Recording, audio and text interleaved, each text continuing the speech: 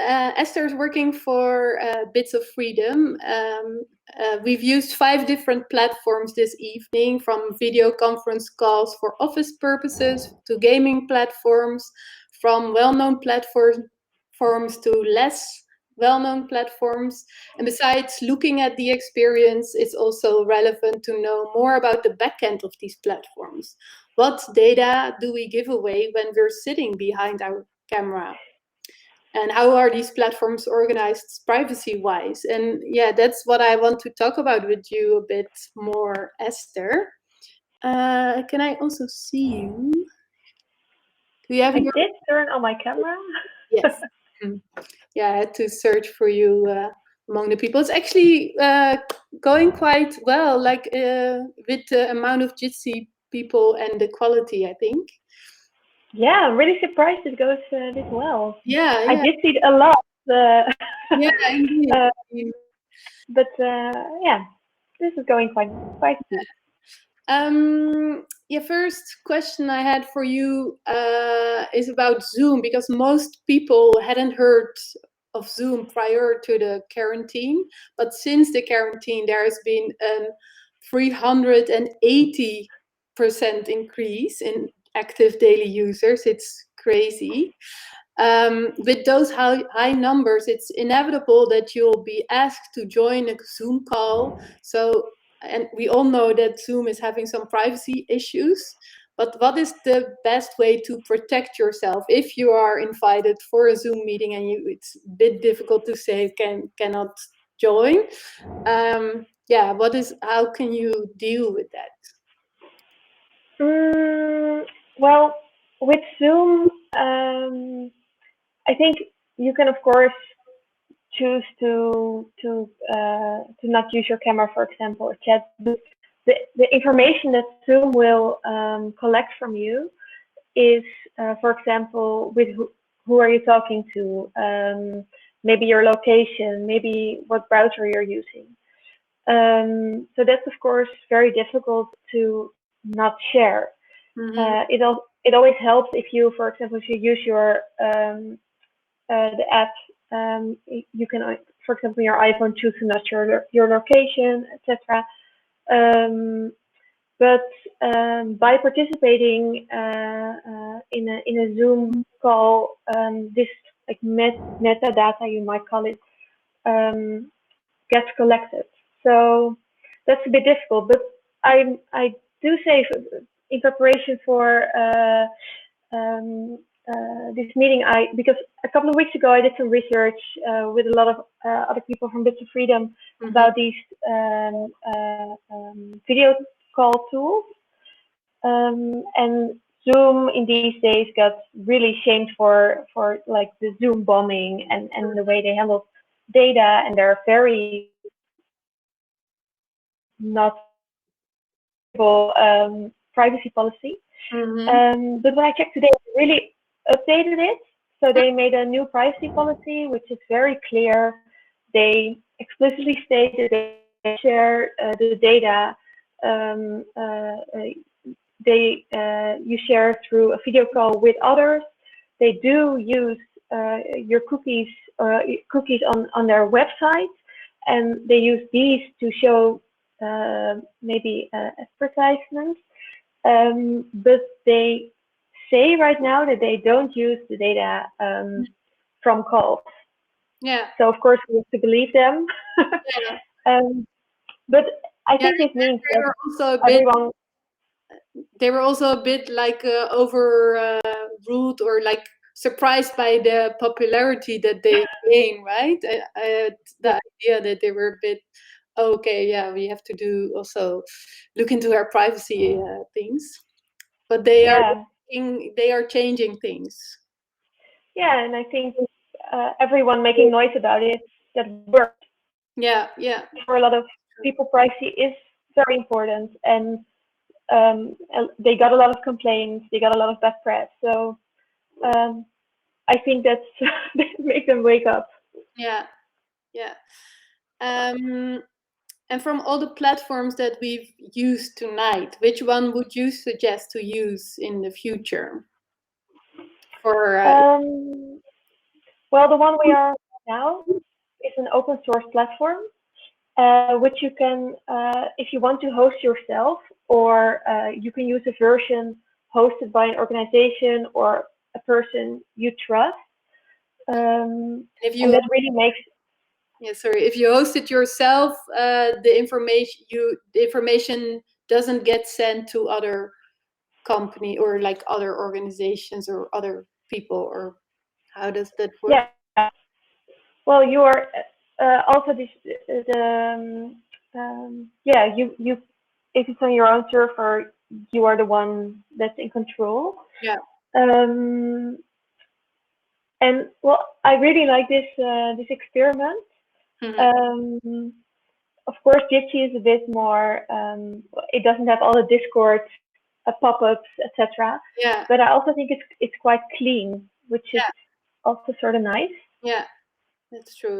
And you don't need a login to use it. So, for example, with Twitch, Yeah. I saw your your quiz at the beginning, Yeah. and I immediately thought, oh, it's Jimmy Fallon. I know this answer, and I'm really into quizzes and competitive. So I wanted to type the answer, but then I had to make an account. Yeah. And Twitch is owned by Amazon. I'm not sure if you all know that, but which is one of the biggest tech companies that's harvesting all our data, which they of course also do with Twitch. So you're actually contributing your information to this super large company. Yeah. Um, And the same so it's the same for YouTube, of course, which is owned by Google. exactly, yeah. And what about Discord? Actually, is that safe, or how is it organized privacy wise? I did some research about it, so but I couldn't find uh, big leaks or something. They did have some problems in the past, but because of that, they set up a sort of quest. So people, if people find um, um, something in the software that's security wise, so other people could maybe go enter your chat or get your data, Mm-hmm. that you can easily send it to them and they will fix it. So they're trying to make it more secure. Yeah. I'm not sure what the data they collect of you. Yeah. If they, for example, sell that to third parties, to Google or Facebook or. Yeah. Yeah. Also, now the join live, 50 people could join the live stream, but that they raised that number during the pandemic, or because of the coronavirus, probably because before it was only for 10 people, so it's also not for very big groups. In general, do you think this moment of many of us working from home has brought up new privacy concerns that we might not have been thinking about before? Yeah, I think it does. Um, Everyone is doing like, for example, we are talking right now, this is a public event. So if someone comes in who, like if we were sitting in the valley, for example, Mm-hmm. probably someone could walk in the room who we don't know. Yeah. But if you're, for example, someone working in a psychologist or doing very private talks for your work, maybe you have a job interview or you don't want someone else watching along or harvesting information about you. Maybe who are you talking with? Where are you having job interviews, etc. So this is, I think, something new, but Yeah. it also emphasizes, I think, the privacy concerns we at Bits of Freedom, for example, always have. And Mm-hmm. for example, we use a lot of open source software to stay connected from home, to work from home. We've always used this software, but a lot of people are now relying on like Slack, for example. We have an open source version of that. So I think organizations have to make new or have to rethink or make choices about what kind of software they want to use, what's safe. Yeah, and it's sometimes difficult. I find it difficult myself to find the open source solution, and also the other ones are sometimes so convenient to use. So yeah, it's then difficult to make the right choice.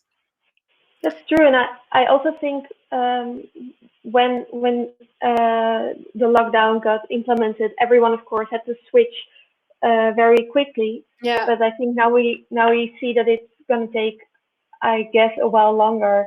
I hope people will look back at those choices and maybe do some more research, read into all the options, and think about maybe different platforms for different meetings or different sort of information you're sharing. Yeah. And use smaller platforms, maybe. Yeah. Yeah, it can also boost maybe smaller platforms if everyone's going to use Jitsi. Yeah, yeah. A question from Horia. What about end-to-end encryption? Yeah, so Jitsi is like end-to-end encryption. So first of all, I'm not a technical person, so but a lot of the platforms like Zoom now, they recently did it, I guess, but also Jitsi, they encrypt the message from the sender and back, but and not the whole thing is encrypted. There are some tools that do, but I don't think it works for. I would have to look into that, but I'm not sure it's. I know, for example, Signal is end-to-end encrypted, but it's only one-to-one, so it's not with a group. So if it says is something, I think is WhatsApp end-to-end encrypted? I think. Yeah, but only if you do it one-to-one, so not if you're having a group call through WhatsApp. Okay, yeah. So if a platform says we have end-to-end encryption, Horia asks that guarantees 100% privacy, right? But that's not actually true. Well, with WhatsApp, your texts are encrypted, also in the group text, but not. I thought it didn't work that way if it was a video call, but maybe there are more technical persons in chat that know this. Yeah. We look into it. But, yeah. Yeah. But yeah, to wrap up, for you, from our experiment, the platforms that we used during that experiment, Jitsi is the most safe one. Yeah. Yeah. Yeah. I will also share in the comments some research we did at Bits of Freedom for different popular video call tools. Yeah, great to have it. All right, thank you. Thanks a lot. Thank you very much for doing this experiment. It was very interesting. You're welcome. Yeah, and we've come to the end of our crazy experiment. I'm hoping that you had that you had a fun time and that it was not too hectic. It did go quite smoothly, I think. As I said in the beginning, we would like to hear from you how each platform influenced your experience. And it would be very helpful if you can fill in a short feedback form, which we will also share in the chat. I want to thank all the speakers and Esther, of course, the Stimuleringsfonds and het AFK for making this event possible. And I want to do a special shout out for our technician Marco this time, because without him, it would have been a big mess. For now, have a nice evening, and I hope to see you at our next live stream event, which will be on the 27th of May. All right, bye. Woo! Hilda and Marco. Bye. Yay.